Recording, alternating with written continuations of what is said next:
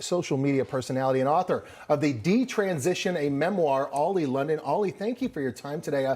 Ollie, this far-left LGBTQ activist group, GLAAD, put up a series of mobile billboards this week outside the New York Times building, calling out what the group calls biased reporting on trans issues. Also this week, in two separate open letters to the Times leadership, GLAAD and Times contributors argued that the Times coverage of transgender and non-binary and gender non-conforming people is biased, and it started to question the ethics behind gender-affirming care. So I guess my question to you is, how can we have nuanced discussions about trans issues? Anytime, someone questions these medical transitions, they're really met with this fierce backlash. Well, exactly right. As we're seeing with the New York Times, there are these incredible protests. 30,000 people have now signed an open letter to the New York Times telling them to retract their statement on trans people. They were just highlighting what's going on with the gender-affirming care system and how harmful it is to children, but there's no long-term data. They also published an article defending J.K. Rowling and her views supporting women.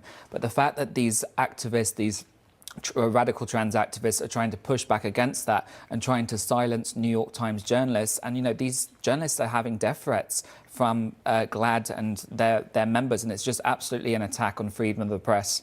It certainly seems that way. I want to get back to that op-ed from Jamie Reed, who used to work in that Washington University gender care clinic. She went on to say this: experiments are supposed to be carefully designed. Hypotheses are supposed to be tested ethically. The doctors I worked alongside at the Transgender Center said frequently about the treatment of our patients, we are building the plane while we are flying it. No one should be a passenger on that kind of aircraft. And I guess, Ollie, this is really the crux of this argument right now. Doctors take an oath, do no harm. Meanwhile, we have all these clinics across the country, especially designed for young children, 7, 8 years, 9 years old. We wouldn't give them the ability to make these lifelong decisions about anything else, but we allow them to make decisions about cutting off healthy body parts. Why are we doing this?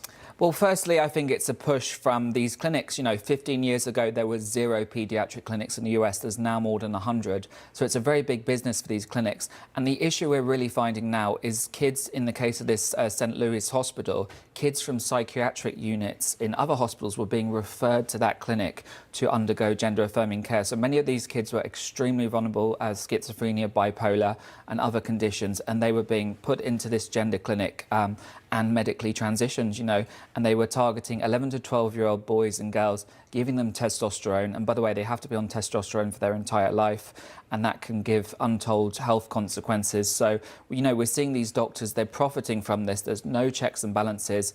This whistleblower actually revealed that the kids, in order to get a diagnosis of gender dysphoria, they needed just one letter from a visit to a therapist, just one visit to the therapist. And guess what? That therapist was recommended by the hospital itself. So, it's clearly a big business, and it's so harmful to children, and it's tearing families apart. I think what you just said there, it's big business. There's a lot of money pushing this. And I think you can be supportive of LGBTQ folks without buying into the trans agenda necessarily. Am I wrong there?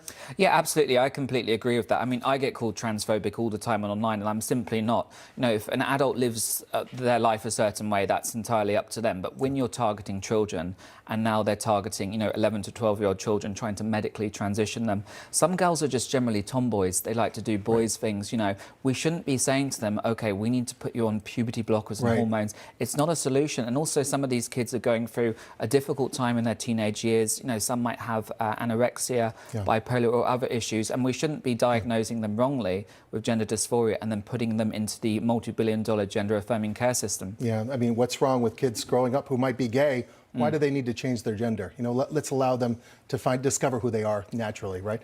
Ollie London, thank you for your time tonight. Appreciate Thanks very that much. insight. Thank you. Thank you.